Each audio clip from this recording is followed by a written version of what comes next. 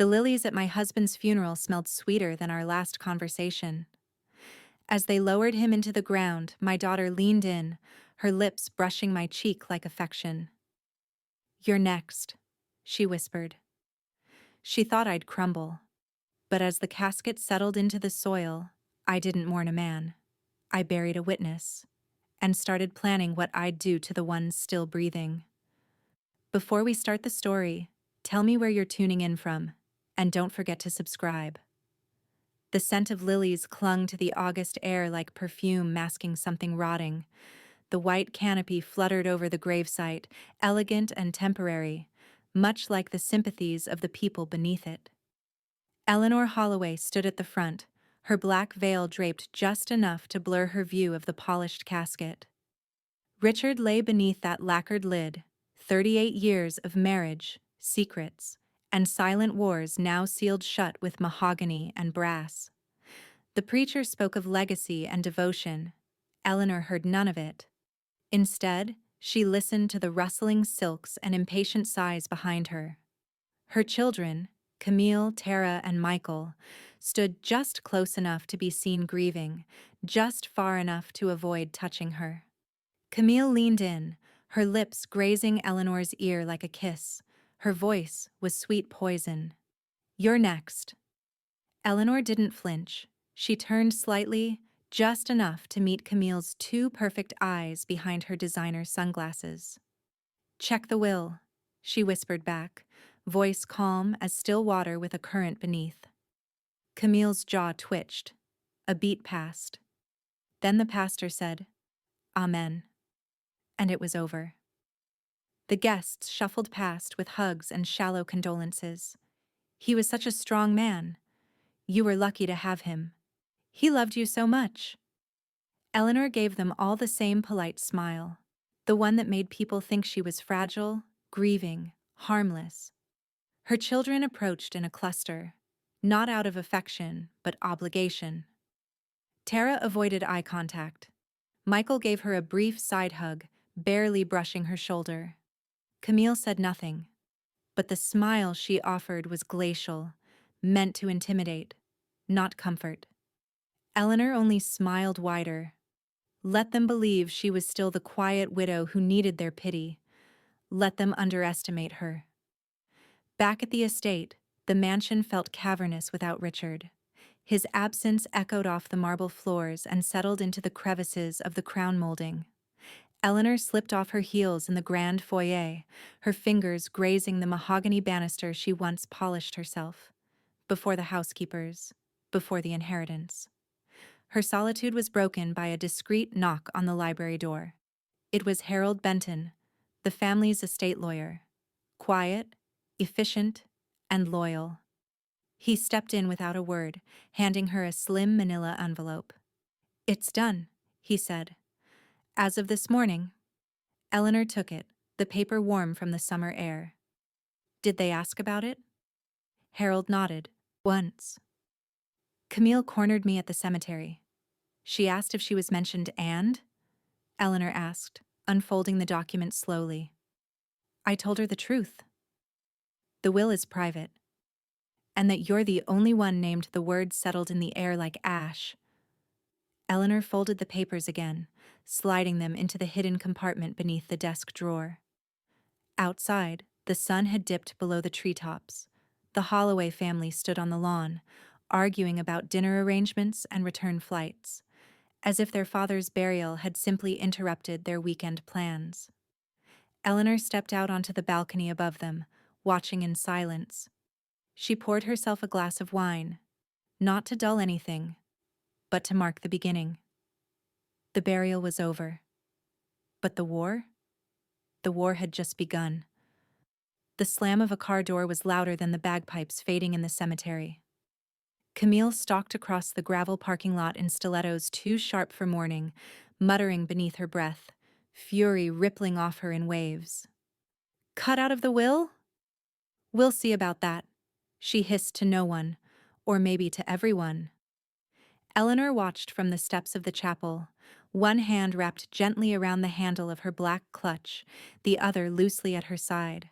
Her expression didn't change, but inside, She felt the shift, like the tremor before the storm.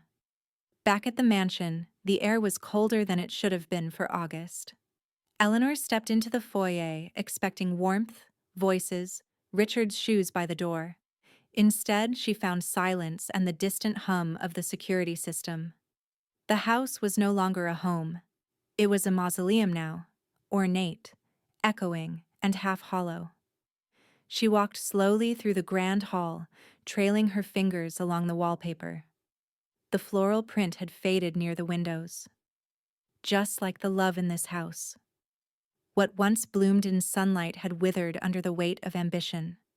She poured herself tea, hands steady, and sat in the drawing room where Richard used to read. Her gaze drifted to the framed photo on the piano. Richard, her, and the children. From a vacation long ago. Camille was 16, already calculating behind the smile. A bitter laugh escaped her lips. She should have known then. 3 days later, a small envelope arrived in the mail. No return address, just her name in calligraphy. Inside was a photo. It was taken at Richard's funeral, a wide shot of the gravesite. Dozens of mourners in black. And her, standing alone at the front, head bowed.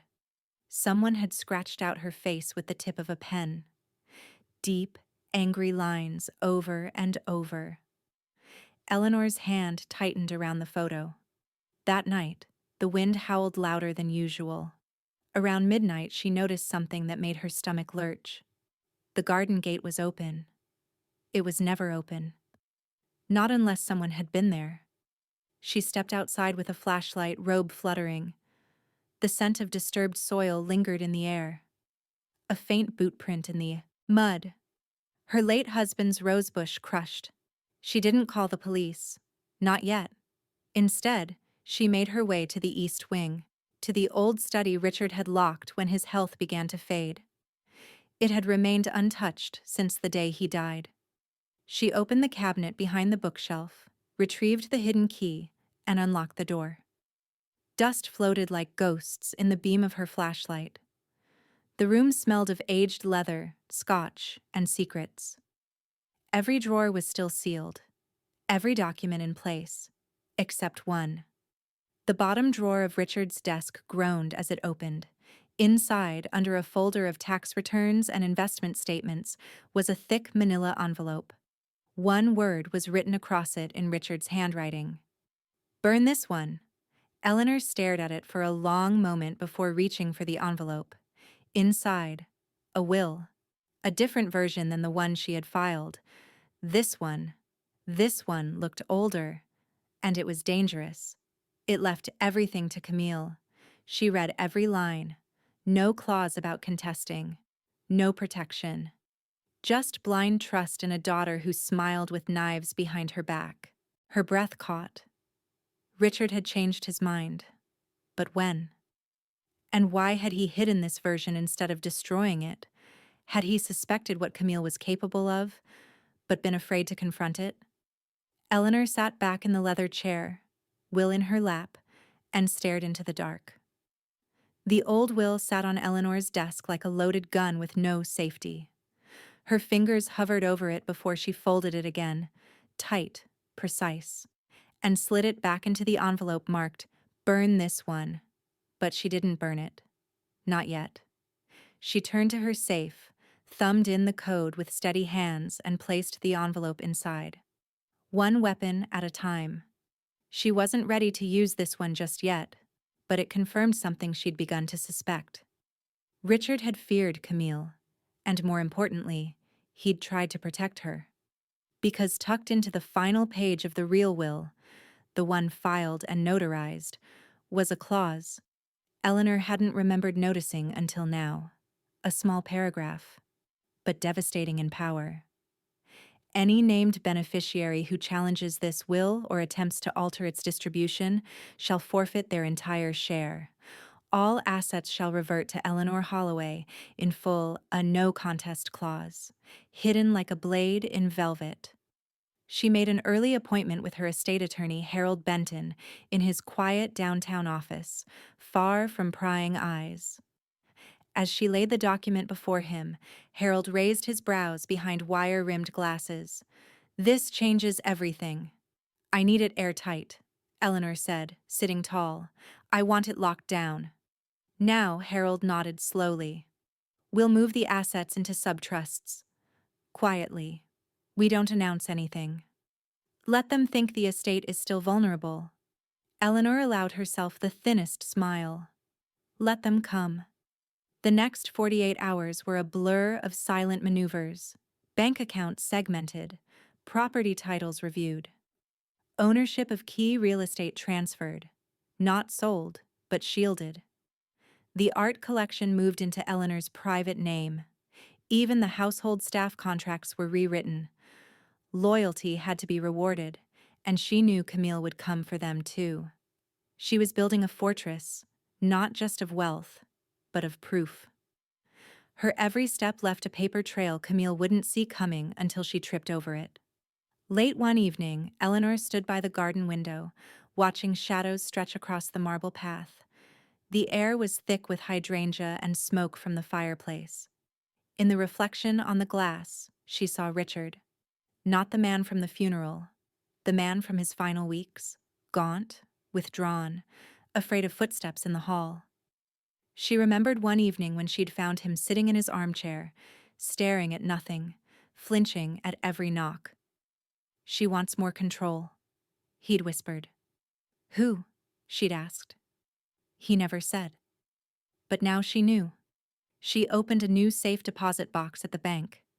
Inside, she placed two things: a certified copy of the real will, a USB drive with her ongoing documentation, photos, recordings, and the image of the anonymous funeral photo with her face scratched out.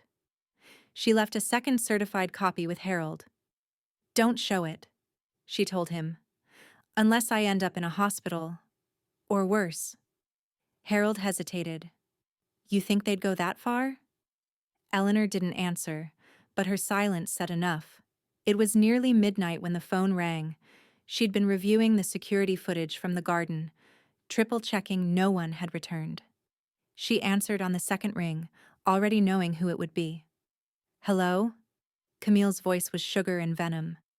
"I know what you found, Mother." Eleanor didn't flinch.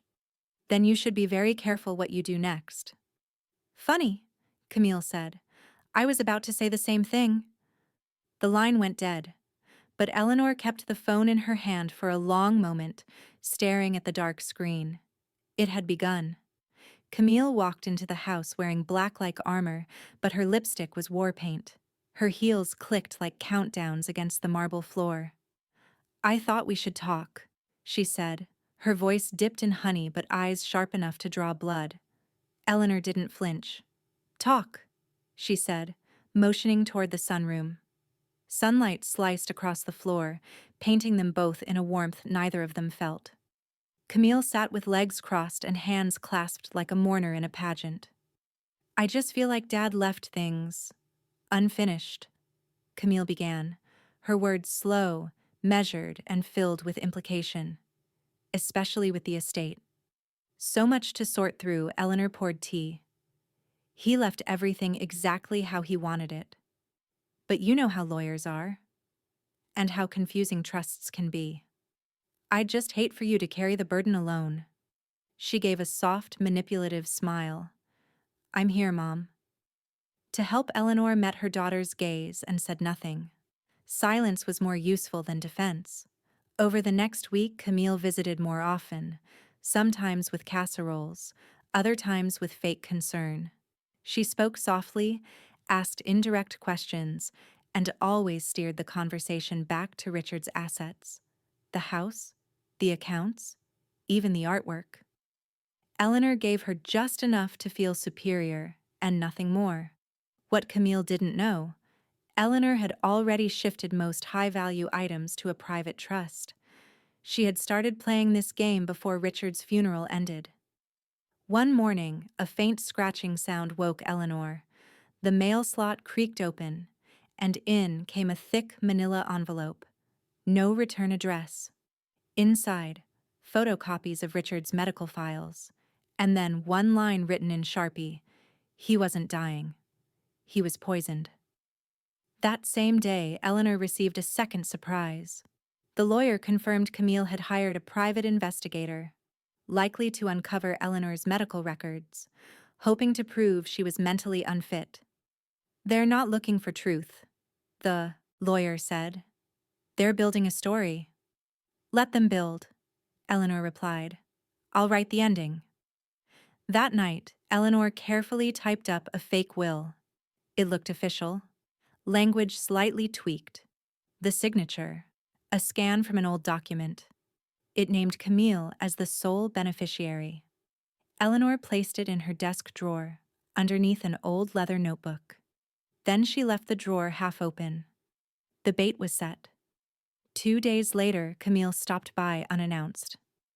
"Thought I'd bring flowers," she said, handing Eleanor a too bright bouquet. Her smile was too wide. She was too charming. She didn't stay long, just enough time for Eleanor to feel a shift in the air. A subtle scent of her perfume lingered upstairs, and Eleanor hadn't seen her go up there. That evening, Eleanor opened the desk drawer. The fake will was gone. She didn't panic. She waited. Until the following evening, when she returned from the garden and noticed something off. Her bedroom door was slightly ajar. The jewelry box was moved. A drawer pulled open. Not empty. Not looted. Just violated. Touched. She stepped inside slowly, and then she saw it, centered on her pillow. A single, long-stemmed red rose. Fresh. Not store-bought. Cut. From her own garden. Eleanor stared at the rose for a long time, then picked it up, thorns and all. Her fingers didn't bleed, but her eyes did. She whispered aloud. She hadn't been up there in years. The floorboards creaked under her careful steps, her fingers tracing the edges of old trunks and boxes. Everything looked preserved yet forgotten. Like time had simply paused up here. And then she saw it. An old chest tucked behind an antique rocking horse and a broken fan. It had Richard's initials carved into the lid. Not new, not labeled, just locked with a tarnished latch. She opened it with the small brass key still hidden under the attic floorboard. Inside, VHS tapes. Each one labeled by date. Each one marked office security footage. Eleanor's hands trembled slightly as she dusted off an old portable player Richard used to test his tech gear. She connected the cables. The screen blinked on, grainy and gray. The first tape rolled. Richard pacing the study, reading over documents, muttering under his breath. Second tape? Camille entered the frame. Calm, controlled, dressed immaculately, but the smile never reached her eyes. Eleanor sat still, heart crawling into her throat. Camille was shouting, soundless on the tape, but unmistakable. Her hands waved, her posture sharp. Richard tried to walk away. She blocked him. She grabbed his arm, hard. In another frame, he staggered back against the desk. There was fear in his eyes. The camera cut out just as he raised his hand to press something under the desk. Eleanor rewound, played it again. This time, she saw the blinking light. Richard had activated the backup recording. She searched the box again. Found another tape, this one newer. A different label, emergency copy. She inserted it. The picture was darker, the camera hidden in a different angle, likely behind a bookshelf. And the sound was on. Camille, you think she deserves it all? That fragile old bat? Richard, she's your mother. Camille, she's in the way. Richard, this stops now. Camille, only when she's gone. Eleanor stopped the tape. Her breathing had turned shallow, the room suddenly tight. Then she spotted a folded note taped to the inside of the chest lid. In Richard's handwriting, "If anything happens to me, trust no one but her." Her name wasn't written, but it didn't have to be. The next morning, Eleanor sat across from the county coroner. The office was cramped. stacks of folders fighting for space on old shelves. "I need to see Richard Holloway's full autopsy," she said. The coroner blinked. "I thought it was natural causes. Cardiac failure." "That's what I want to verify." She handed over the request form, signed by her lawyer. The coroner opened the file slowly, reading through notes, flipping pages. Then he paused. His brow furrowed. His finger hovered over a line. "Huh," he muttered. "What?" Eleanor asked. "There's something odd here." The levels of digitalis in his system were just below the toxic threshold, but too high to be explained by his prescriptions. It wasn't flagged because the dosage wasn't fatal. But enough to strain the heart? The coroner looked up, finally locking eyes with her. Enough to raise serious questions. Eleanor stood, voice low and steady. "Then let's ask them." The quiet hum of newly installed security cameras buzzed through the house like electricity under skin. Eleanor had them placed discreetly, tucked behind floral arrangements, hidden in antique clocks, and one small lens peering through the eye of a porcelain figurine in the study. Each room whispered now, but this time, to her. The footage uploaded to a private cloud account. Only she and her lawyer had access. At breakfast, Camille buttered her toast with all the grace of a lifestyle influencer.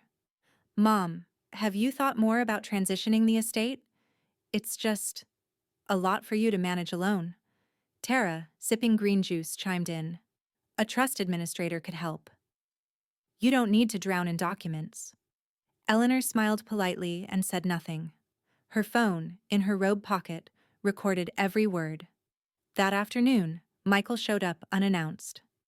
His cologne arrived before he did. Sharp, citrusy, arrogant. "You don't need all this space anymore, Mom," he said, sweeping his arms like a real estate agent about to flip the property. "You could move into something easier. A condo in Miami, maybe. Let someone else take care of all this." Eleanor's nails dug into the silk arm of the living room chair. "You mean, let someone else own all this?" she replied, soft but clear. Michael chuckled, too quickly. "No one's trying to steal from you. We just want what's fair." She repeated that word in her head like a trigger. Later that evening, she slipped into Richard's old office. His leather chair still smelled faintly of aftershave and cigar smoke, a scent that made her chest ache. She opened the drawer where he used to keep his prescription bottles and scanned the labels. Something didn't add up. Refills from a different pharmacy. 2 bottles with the same dosage but different dates. Her fingers trembled, but not from age. Camille's friend, the doctor who'd signed the hospice recommendations, had also been prescribing Richard's meds. Eleanor took photos of every bottle, then placed them back precisely as they were. The next morning, a single note slid under her door. "Maybe you'll fall next too." No name, no signature, just sharp black ink on ivory paper. She didn't flinch. She filed it in her growing folder labeled Proof. By Thursday, the house felt like a pressure cooker. Camille hovered around the library, Tara lingered near Eleanor's bedroom, and Michael kept pacing in and out of the kitchen, pretending to check the wine inventory. They thought they were circling prey, but Eleanor had already drawn the map of their trap. It was the drive to the florist that cracked the illusion. She knew the hill road like the back of her hand, narrow, steep, and bordered by a railing that had seen better days. As she pressed the brakes approaching the sharp bend by the overlook, nothing happened. Her foot slammed down again. Still nothing. The car didn't slow. It slid. Eleanor wrenched the steering wheel right, the tires screeching as the car veered onto the gravel shoulder. She braced herself for the crash, but it never came. The car stopped inches from the guardrail, the front tires resting on the edge of the slope. She sat in the driver's seat, heart pounding in her throat, fingers trembling over the ignition. When the tow truck driver arrived, he looked under the dashboard and frowned. Ma'am, he said, crouching beside her window. Your brake lines didn't just fail. They were cut. Eleanor didn't scream. She didn't cry. She reached into her purse, pulled out her phone, and hit record. I know what you're trying to do, she whispered, voice steady. But if you want me gone, you'll have to do better than that. The morning after her brakes gave out, Eleanor stood at the kitchen window with her teacup trembling in her hand. Not from age, but from calculation. She wasn't just surviving now. She was studying the anatomy of betrayal and preparing to dissect it piece by piece. Eleanor didn't confront anyone, not yet. Instead, she played the same role they cast her in, frail, fragile, fading. But behind closed doors, she fortified her evidence folder, duplicated everything to encrypted drives, and delivered the tow truck mechanic's report to her attorney. Cut lines. Not erosion, not wear and tear, the mechanic had said. It was murder by suggestion, an accident just plausible enough to dismiss, until it happened again. Sunday brunch was Camille's idea. A tray of mimosas, croissants, smoked salmon, too much cheer for a grieving family. Eleanor sat quietly, sipping her drink, smiling as Camille filled her glass a second time, too eagerly. Her long manicured hand lingered over the rim for just a beat too long, and the camera, disguised in the flower vase, caught every second of it. Later that day, Eleanor poured the untouched mimosa down the bathroom sink, then tucked the lipstick-marked glass into a padded evidence bag. She rewound the footage. Camille didn't just spike the drink. She leaned over to Tara and whispered, "She'll be incoherent in days. We just have to wait." Eleanor didn't wait. By Tuesday, her lawyer had the audio. Detective Lyons had the glass and footage. But Eleanor needed more. She needed the illusion of decline, a performance that would draw Camille deeper into her trap. So she staged it. That Thursday, at the local library's donor gala, Eleanor walked in wearing one red heel and one black. She fumbled her speech, dropping her note cards. She stared blankly at familiar faces and misnamed the mayor's wife as her late sister. "Oh dear," Camille muttered loudly, dabbing her eyes for the crowd. "She hasn't been the same since Dad passed." The whispers spread like fire on silk. Early onset. Maybe dementia. Poor woman, she doesn't even know where she is. Eleanor bowed her head, not in shame, but strategy. That night, the knock came. 3 sharp raps against her front door, followed by the unmistakable click of a badge being displayed. "Mrs. Holloway?" a uniformed officer asked. "We've received a report of elder abuse." "Mind if we come in?" Eleanor blinked once, then slowly stepped aside. "Of course," she said softly, just as the red light on her hallway camera blinked to life behind her. As the officers walked past, Eleanor turned to face the lens and smiled, not weak, not afraid. This time she was ready to show them everything. The world saw a grieving widow, slow, soft-spoken, maybe a little scattered. But that was the role Eleanor had cast for herself, and she played it like a woman who'd already written the ending. At the community center's wellness brunch, Eleanor let her lipstick bleed ever so slightly past the corner of her mouth. She forgot names, repeated stories. She asked the same question twice about a fruit salad. "Oh, poor thing," one of the organizers whispered to Camille. "Is she managing all right?" Camille's hand fluttered to her heart like she'd just been nominated for sainthood. "We're doing our best," she said, "but it's hard watching someone slip." Eleanor, seated quietly nearby, didn't even blink. What no one saw was the fireproof safe in Eleanor's closet, filling up with notarized documents, digital backups, and video logs. Every phone call, every shady visit, every signed check she hadn't authorized but traced back to Camille.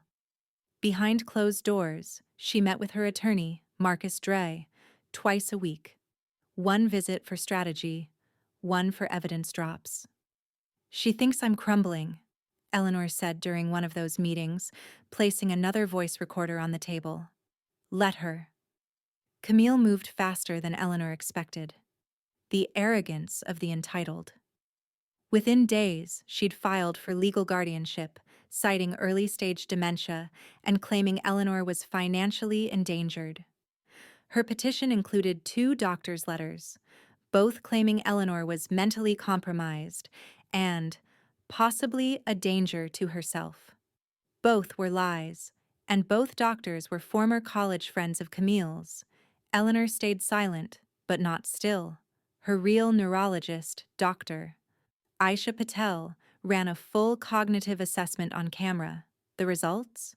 Sharp as a tack, Doctor. Patel smiled. Frankly, Eleanor could teach half the doctors in this city about recall and logic.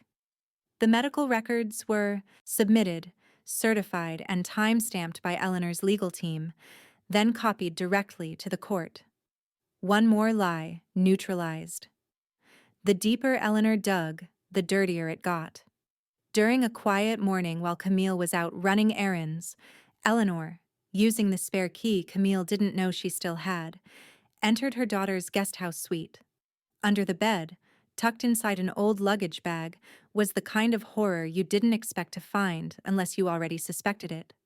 Burner phones, prepaid cards, 2 unregistered prescriptions, a bottle of crushed Ativan, and $11,400 in cash.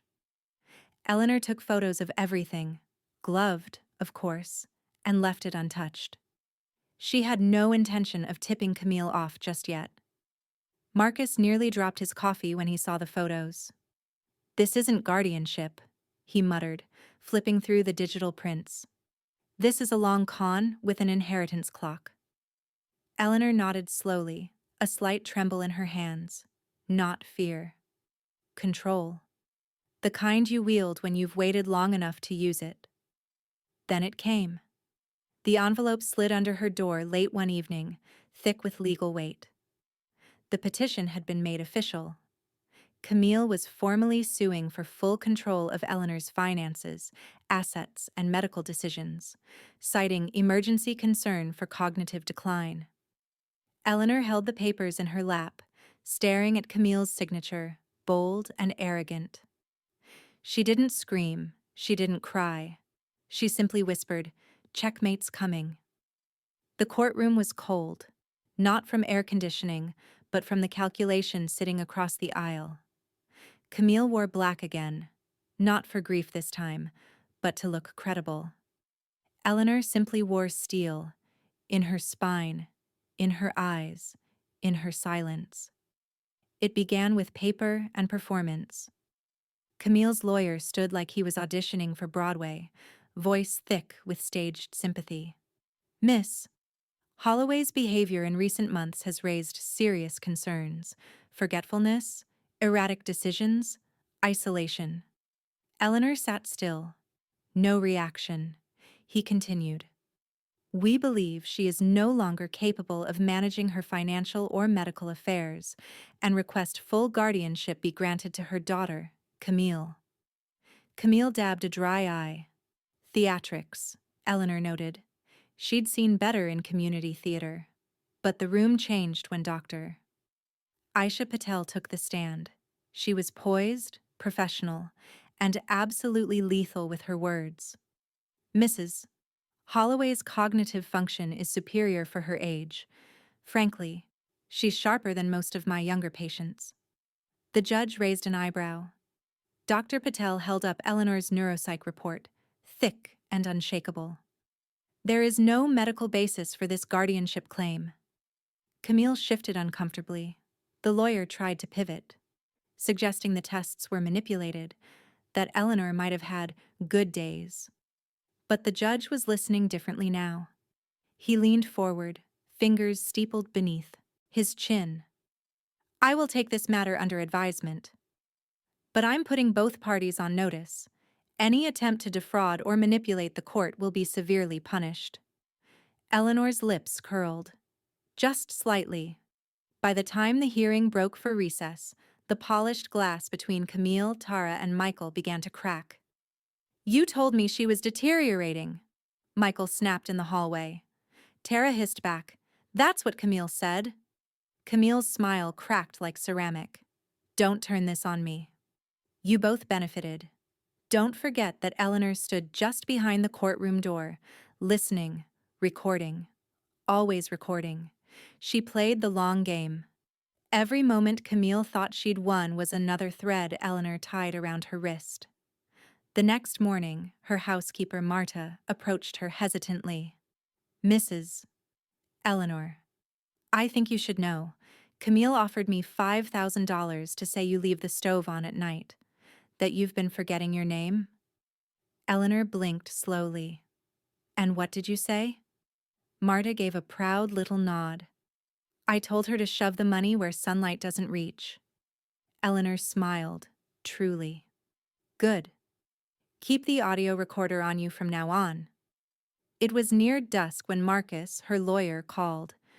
His voice wasn't panicked, it was grim. Eleanor, he said. The autopsy results came back. Her fingers tightened around the edge of her porch chair. There were elevated levels of lorazepam in Richard's system. Not enough to be obvious, but enough to weaken him over time. Weeks. Maybe longer. Silence. Eleanor stared out at the garden Richard once tended. Her roses had bloomed later than usual this year, but maybe that was fitting. They were drugging him, she said, more to herself than anyone.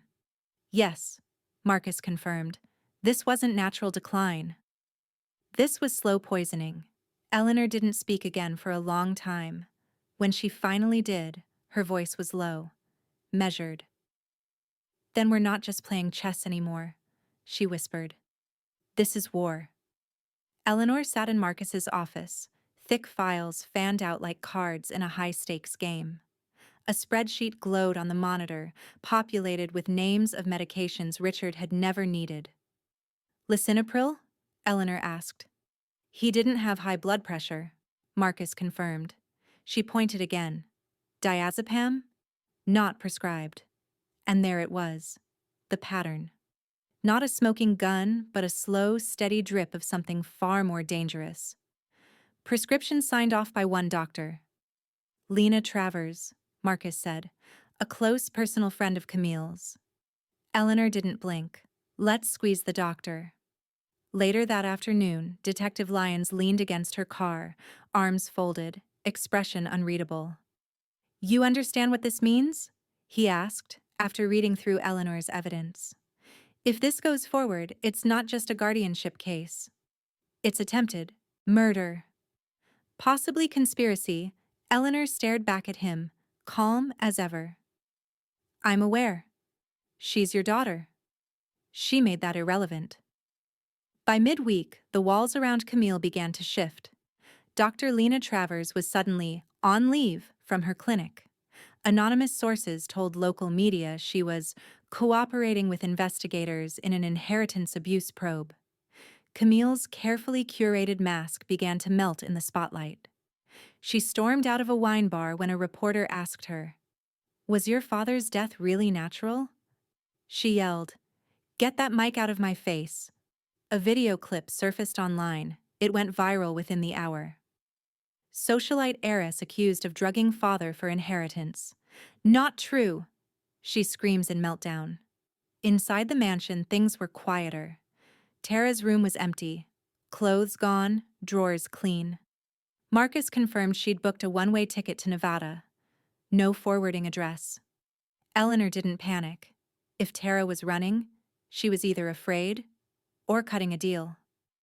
Either way, the tower Camille built on entitlement and secrets was cracking. That evening, Eleanor sat in her sunroom, the late summer light painting golden shapes on the floor. She poured herself a small glass of port. Untouched, of course. Her phone buzzed once. A single text. From Camille. You really want war? Eleanor stared at it for a moment, as if it were a knock at her front door in the middle of the night. She didn't reply. Instead, she tapped and forwarded the message straight to Detective Lyons.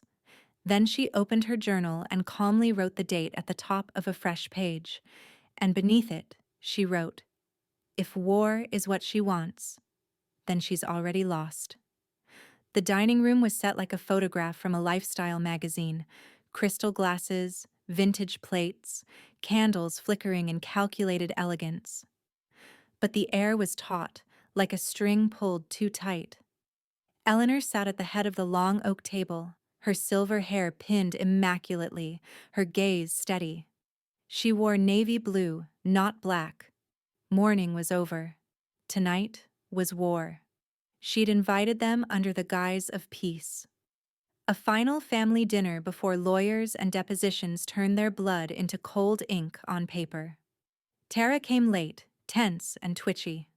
Michael sat stiff, eyes flicking between his sisters. Camille, of course, arrived fashionably 15 minutes past the hour, draped in a cream shawl and false warmth. Her eyes swept the room, calculating. "Mother," she said with sugary poison, placing a kiss on Eleanor's cheek, "you look sturdy." "I've been eating well," Eleanor replied evenly, her voice smooth as lacquer. Dinner began with quiet clinks of silverware and forced conversation. Roast lamb, wine, charred asparagus, the kind of meal Richard would have loved. Eleanor watched each of them like a scientist watching mice in a maze. Finally, halfway through the meal, she cleared her throat. "I thought it was time we addressed the elephant in the will." Camille froze, wineglass inches from her lips. "I'm sorry?" "I mean the elephant in the room," Eleanor corrected with a soft smile. "But the will slipped out, didn't it?" "Funny how that happens." Michael set down his fork. "Mom, this really isn't—" "No, let her talk," Tara cut in. "Let's hear it." Eleanor opened a small folder beside her plate and slid out a few documents. "I found this. In your father's study. He'd written it in the margins of his revised will." She handed a photocopy down the table. "This clause. You'll find it interesting." Camille's eyes narrowed as she read, her jaw tightening. "This isn't legal." "Oh, it is," Eleanor said, voice still calm. "Your father updated the will 3 weeks before he passed. He left me full authority to decide what to do with my inheritance. But more than that, he gave me a condition." Eleanor stood up, the candlelight casting shadows beneath her cheekbones. "He said I could expose anyone in this family only if they betrayed the family." "And I suppose you get to decide what counts as betrayal?" Camille hissed, rising too now. "No," Eleanor said. "You did." She picked up a remote and pressed play. A recording of Camille's voice echoed from a hidden speaker in the dining room wall, spliced from brunch just days ago. "She'll be incoherent in days. The pills won't kill her. Just confuse her long enough to take over. The court loves stories about fragile old women." The room went silent except for the hum of the refrigerator in the next room. Tara looked horrified. Michael stared at Camille, mouth slightly open. "That's not real," Camille barked, eyes darting. "She's edited it." Eleanor placed a wineglass in front of her. "The same one you drugged. Tested. Verified." She added 2 more papers to the table: autopsy supplements, medical reports, doctor testimony, everything tucked together like puzzle pieces finally forming a single damning picture. "I trusted you," Eleanor said, "but you turned your inheritance into a weapon. And now you'll live with the consequences." A loud knock shattered the silence. Police entered the dining room without flair, plain clothes, calm, as if they'd rehearsed this. "Camille Holloway," one of them said, "you're under arrest for attempted elder abuse, fraud, and potential tampering with medical care related to an ongoing death investigation." Camille backed away, her face pale. "This is a setup. She's framing me." "We have multiple sources, ma'am. You're going to need a lawyer." As they cuffed her and read her rights, Camille screamed at Eleanor, her voice echoing off the old hardwood floors. "You think this is justice? You think he would have wanted this?" Eleanor tilted her head. He left me a choice. You made it for me. As Camille is dragged out, she snarls, "This isn't over." The news broke before sunrise, not with a whisper, but with a broadcasted bang. Camille Holloway, daughter of late magnate Richard Holloway, arrested for alleged inheritance fraud and elder abuse. Eleanor sat by the window, the morning light cutting through the silence like a blade. She didn't flinch. She simply sipped her tea. The media storm came fast. Tabloids used Camille's mugshot like a trophy. Talk shows debated Eleanor's motives. Was this justice or vengeance? One panelist asked. But Eleanor didn't answer them. She didn't owe them answers. She owed herself peace. Outside her gated estate, cameras camped like vultures. A few supporters mailed flowers, yellow tulips, the kind Richard once planted. Others sent hate. One card read, "Rot with your riches, witch." Eleanor tucked it in a drawer with the others. She wouldn't give them the power of response. Camille, ever the strategist, declined the plea deal offered by the DA's office. Her legal team spun a narrative of mental decline, coercion, and family misunderstanding. They thought the public might forget the evidence. The pills, the forged guardianship papers, the audio clip. But Eleanor had been patient for too long to waver now. Michael and Tara, once loud in their demands, fell quiet. Eleanor received a terse email from Tara. "I had no idea. I hope you're okay." No apology, no ownership. Just space. Michael simply vanished from the conversation altogether. Eleanor didn't chase them. She understood now. Love that requires silence is not love. It's leverage. And she'd stopped being anyone's leverage. One gray morning, Eleanor received a letter with jailhouse stamps. Inside, Camille's handwriting sprawled in sharp loops. "You win. For now. Just know this. You don't get to erase me." Eleanor folded it neatly and burned it in the fireplace. The flames didn't even crackle. Her attorney, a meticulous woman named Judith Crane, had warned her. The appeal will come. Camille won't go quietly, so Eleanor moved before it could happen. She filed a defamation suit, targeting any potential book, podcast, or tell-all Camille might try to profit from. The filing made headlines. Mother sues daughter to block profit from abuse story. Comment sections split in two. Some praised her. Finally, someone standing up to toxic family entitlement. Others scorned her. This is elder revenge fantasy at its worst. Eleanor read none of them. Instead, she focused on her roses, pruning away the dead to make room for the living. It was a Thursday when Judith called. "There's been a development," she said. "Camille's lawyer just filed an appeal." Eleanor didn't flinch. She placed her pruning shears on the table and walked to the window. The roses outside were blooming red. "She's going to try to drag this out in public again," Judith warned. Eleanor nodded. "Let her." She stepped away from the window, already reaching for her notebook. The one with Camille's name on the front and "Legacy Addendum" scrawled underneath. Her story wasn't over. But Camille's control? That was. The courtroom was ice cold, but Eleanor's palms were burning. Not from fear, from restraint. If she let herself feel everything at once, the betrayal, the grief, the twisted sense of justice, she might scream. Instead, she stood. Eleanor stepped up to the witness stand in a pale gray suit that almost matched her hair. Quiet elegance, no theatrics. Her voice, when she spoke, didn't shake. It sliced. "My name is Eleanor Holloway. I was married to Richard for 42 years. I am here today because my daughter tried to erase me and him for money." The silence in the courtroom was sharp, like glass on tile. Camille avoided her eyes, jaw tight, wearing that carefully neutral face she'd mastered at fundraisers and society brunches. But her foot tapped, a silent tell. She was unraveling, and Eleanor knew it. Eleanor described the months of gaslighting, sabotage, and subtle violence, not with emotion, but with documentation. Dates, evidence, audio, video. She didn't paint herself as a victim. She painted Camille as an opportunist who mistook kindness for weakness. She called it caretaking, but she was poisoning his pills, not sorting them. She said I was confused, but I was recording everything. She tried to make me feel like I was losing my mind, but I was building a case. The jury listened, rapt, disturbed.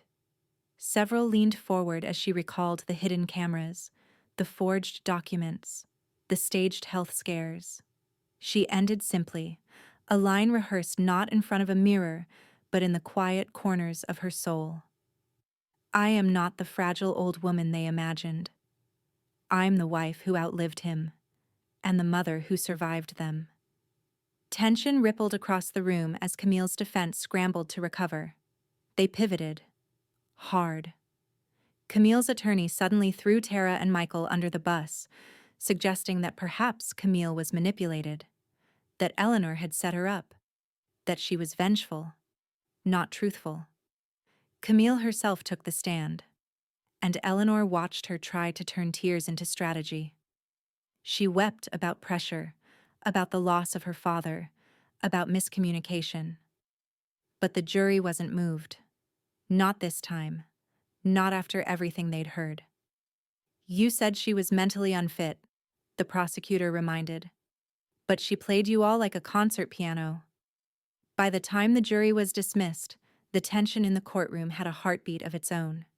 They deliberated for hours, and Eleanor waited, not with fear, but with the steel patience of a woman who'd already buried a husband, a lie, and the version of motherhood she once believed in. The foreman stood. Guilty on all counts. Camille gasped. The room seemed to fold inward, murmurs, chairs scraping, reporters rushing out. Eleanor didn't smile. She didn't cry. She simply stood and walked out, spine straight, breath steady. Outside the courthouse, the August sun hit her like a warm breath. She loosened her scarf, nodded once to her attorney, and made her way to the car waiting at the curb. But first, she stopped by the cemetery. The marble headstone read, Richard Holloway, devoted husband, protector. She knelt, brushing leaves off the base. I kept the promise, Richard, she whispered. I didn't let them win. As she rose, a voice called from behind. Mrs. Holloway? She turned. A young journalist, recorder in hand, eyes full of questions. Is this the end of your story? Eleanor looked past her, to the horizon, to the sun, to the next move. She didn't answer. Not yet. The old mansion groaned as Eleanor unlocked the front door. Hardwood floors echoed beneath her careful steps. Dust hovered in rays of dying afternoon light, like ghosts that hadn't figured out they'd lost. The victory had been hers, by law, by truth, by every cold signature, but the house felt heavier than ever. The rooms were untouched, but the energy had shifted. It no longer felt like a battlefield. It felt like a grave. She didn't take much. Just a few photo albums, her grandmother's locket, and a hand-carved music box she remembered from her mother's piano. The rest, antiques, stocks, trusts, heirloom jewelry, was sorted and appraised within the week. Her attorney raised an eyebrow when Eleanor emailed her final request, donate the entire estate. Elder abuse prevention, local and national organizations, no names. A month passed in muted rhythm. Mornings were slow. The kettle whistled as birds nested outside her tiny new cottage, far from the city, far from the press. Her hands, which once signed counterclaims and affidavits, were now caked with soil. The garden she planted didn't bloom yet, but it was hers. Hers in the truest sense, unleveraged, unforged, untied. She started writing. It was Naomi, her childhood friend, who suggested it over herbal tea one Saturday. You should tell your story, Elle. Not the court version. The real one. Eleanor looked up from the open journal. Her eyes hadn't cried in weeks, but they hadn't truly rested either. Do you think people would care? Naomi smiled softly. I don't know. But I think you still carry pieces you never said out loud. So Eleanor wrote about betrayal, about the theater of kindness, about losing one's identity inside a family's convenience. Her walks grew longer, her sleep deeper. The dreams still came. Some echo of her sister's voice, some click of a locked drawer she couldn't open. But the days were her own again. And then came the letter. A simple envelope, no return address. The handwriting was unmistakable. Tara. Inside, 3 lines on cream stationery. I never wanted it to go this far. Tell the lawyers what you need to, but no, I didn't start it to hurt you. T. Eleanor read it 5 times. Her hand trembled once, then not again. She folded it carefully, slid it between 2 pages of her manuscript, and left it there, undecided. It was a Sunday when she returned to the lawyer's office. Dressed in jeans and a linen coat, she didn't look like the woman who once stared down a courtroom, but her presence was quieter now, more dangerous. Are you sure about this? The attorney asked, eyeing the envelope she handed over. I am, Eleanor said. I want it filed, sealed, and only opened under one condition. The label on the document read, Legacy Addendum, Confidential. The day she signed her final will, the sky was clear. No wind, no noise, just calm, the kind that follows a storm strong enough to change a coastline. Eleanor sat alone in her sunlit kitchen, a fresh cup of mint tea in hand. No gavel slamming, no voices shouting, no trembling, fingers on courtroom desks. Only silence, earned, not given. The house felt different now. Not larger, not warmer, but true, unedited. She could still hear echoes of betrayal in its walls, Camille's practiced tones, Tara's calculated silences, the shameful shuffles of attorneys spinning red ink into family loyalty. But today, it didn't matter. Today wasn't about them. It was about what comes after. She arrived at the notary's office just after 10 a.m. She didn't bring a lawyer. Didn't need one. Every line of the new document had been written by her, reviewed by Dev, and certified twice over. This wasn't revenge. This was control. The notary, a kind-faced woman with salt and pepper curls, handed her the folder. Ready? Eleanor opened it. Her eyes didn't scan it again. She already knew every word. The estate, the land, the investments, all now willed to 3 places. The Senior Women's Legal Defense Fund, a startup fund for caregivers turned entrepreneurs, a quiet trust, under Mia's name, to be opened only on her 30th birthday. Her children got nothing, not because she hated them, but because they'd already taken more than she had to give. Back at home, she sat down to write one final letter. Dear Camille, she wrote in her clean, deliberate hand, this is not revenge. This is closure, not cruelty. I needed to survive you. Now I have. What you do with that truth is yours. She signed it with her full name. Not Mom, not Mother. Eleanor Whitfield. That evening, she hosted a quiet dinner. Just 4 people. Naomi, development Mia, the housekeeper who once brought her soup during trial days and never asked for a raise. They sat around a small round table in the garden, tucked beneath the wide limbs of a blooming jacaranda tree. Candles flickered. Pasta steamed. A soft jazz record played from inside the house, drifting out through the open kitchen window. They laughed. Ate. Passed around a pie Eleanor had baked herself.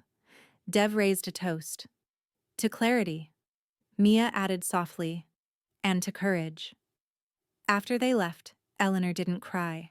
Instead, she walked to the study, lit a single white candle and placed it beneath Richard's portrait. Her late husband's eyes looked gentler now, as if Somehow he'd known it would end like this, and had waited for her to carry it through. She stood there for a moment, letting the candle's warmth reach her fingertips. "I finished it," she whispered. Then she went upstairs. No drama, no ceremony. She placed the final version of her will into the fireproof safe. Alongside it, the letter to Camille, sealed in soft gray paper, and just behind it, a copy of her memoir in progress. Its working title was The Silence I Survived. She turned off the light, closed the safe, and smiled faintly in the dark. "You whispered I was next," she said aloud, voice steady. "You were right. I was next to win."